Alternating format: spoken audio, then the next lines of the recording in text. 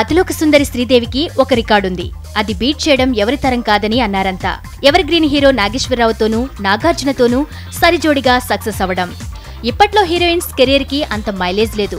Glamour ఉండగానే 4 ఆఫర్లు వెనకేసుకుని చక్కబెట్టుకునే తరం నడుస్తోంది. కానీ కొందరు హీరోయిన్లు మాత్రం బాబాయ్తోనూ అబ్బాయితోనూ జతకట్టేస్తున్నారు. గ్లామర్ వలకబోసేస్తున్నారు. ప్రియమణి యమదొంగలో ఎన్టీఆర్తో చిందేసి మిత్రుడులో బాలకృష్ణతో జతకట్టింది. రామ్ చరణ్తో రచ్చరచ్చ చేసిన తమన్నా కూడా గంగగా మారి పవన్ కళ్యాణ్తో ఆన్ స్క్రీన్లో కెమిస్ట్రీ పండించింది.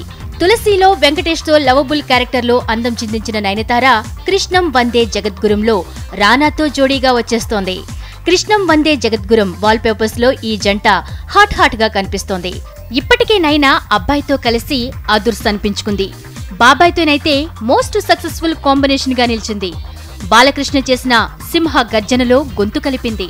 శ్రీరామరాజ్యంతో ప్రశంసలతో పాటు నందిని గెలుచుకున్న నైనా మరో బాబాయి అబ్బాయిలను తన కొంగున కట్టేసుకునేందుకు కమిట్ అయింది. రానా సరసన ఇప్పటి వరకు చేసిన హీరోయిన్స్ లో నైనా ది బెస్ట్ గా కనిపిస్తోంది. వీరంతా ప్లాన్డ్ గా ఇదంతా చేశారనడం లేదు, కానీ ఈ కాంబినేషన్స్ ఇంట్రెస్ట్ కలిగిస్తాయనడంలో సందేహం లేదు.